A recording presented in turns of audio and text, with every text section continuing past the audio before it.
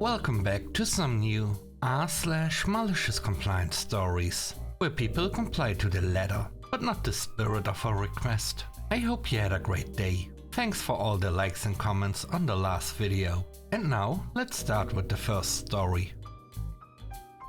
It's called More Details. This happened about 8 months ago. I had gotten permission to leave site. I work security, to grab my food order. I put down in my shift report, permission granted. Went to get food order, where I got food and time back. I get it sent back, saying they need more detail. I looked at the precise details of the walk and put it in. Walked south on 3rd for 200 feet, turned west and walked 350 feet on West Main Street. Arrived at restaurant. You get the idea. I put another 10 or so lines in, so they had the precise course I took to the taco place, as well as my travel bag. They never asked for details about me getting food again.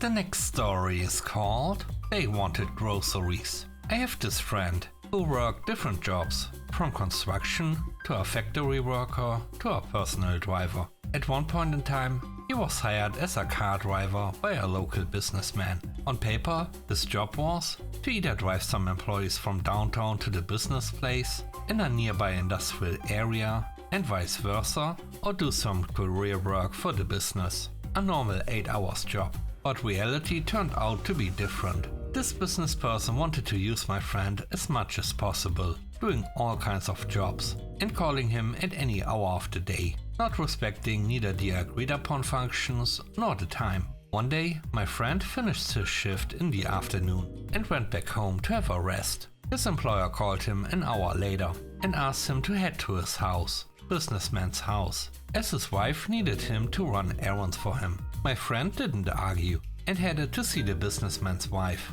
She gave him a list of groceries to buy for her. What my friend did was going to the market and picking the worst fruits and vegetables he could find and taking them to the lady. She got a packet full of rotten tomatoes and bananas. Apparently, the lady made a fuss to her husband, who called my friend, complaining about his bad shopping skills, and told him he would never send him again to buy him anything. He learned a lesson the hard way. Clearly, my friend didn't last long in this job, as his employer kept on calling him out of work hours to do some career or driving job for the company, while not paying him for this extra work.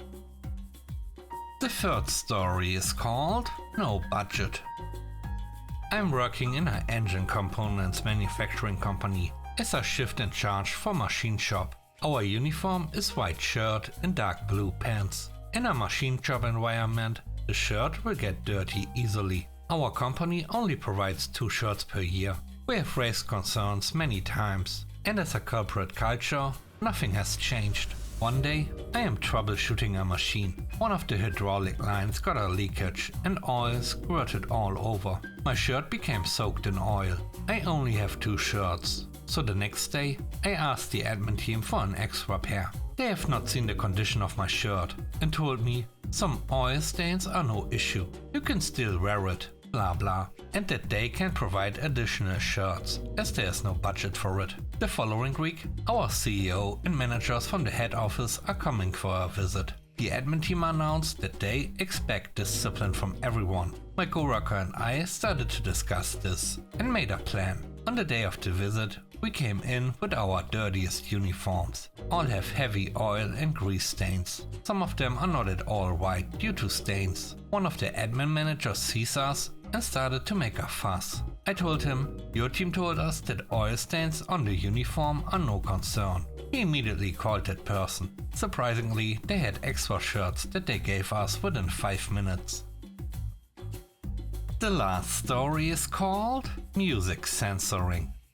I worked at a prominent local radio station in the early 2000s. I had to program the broadcast and censor music. It was a chump change job, and I only worked a few hours a week. I could be on call though. My manager turned out to be a sleaze. I didn't like his behavior, so I decided to give his dirty mind some joy. I was going to move to New York City after graduating college. We played a lot of songs with cussing. I was told to censor all music on my very first day. On my final day, I censored all the cussing parts, not with a beep or a silence, but with moaning and other questionable noises instead.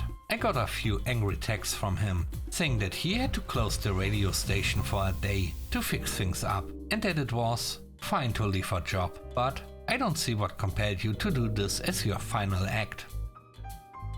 Thanks for watching the video to the end. I hope you enjoyed it. If you did, please don't forget to leave a like, comment and subscribe. And if you have time, watch another one of my videos. Also, if you want to support me further, check out the channel membership or Patreon. And now I hope you have a great day. See you soon. Bye bye.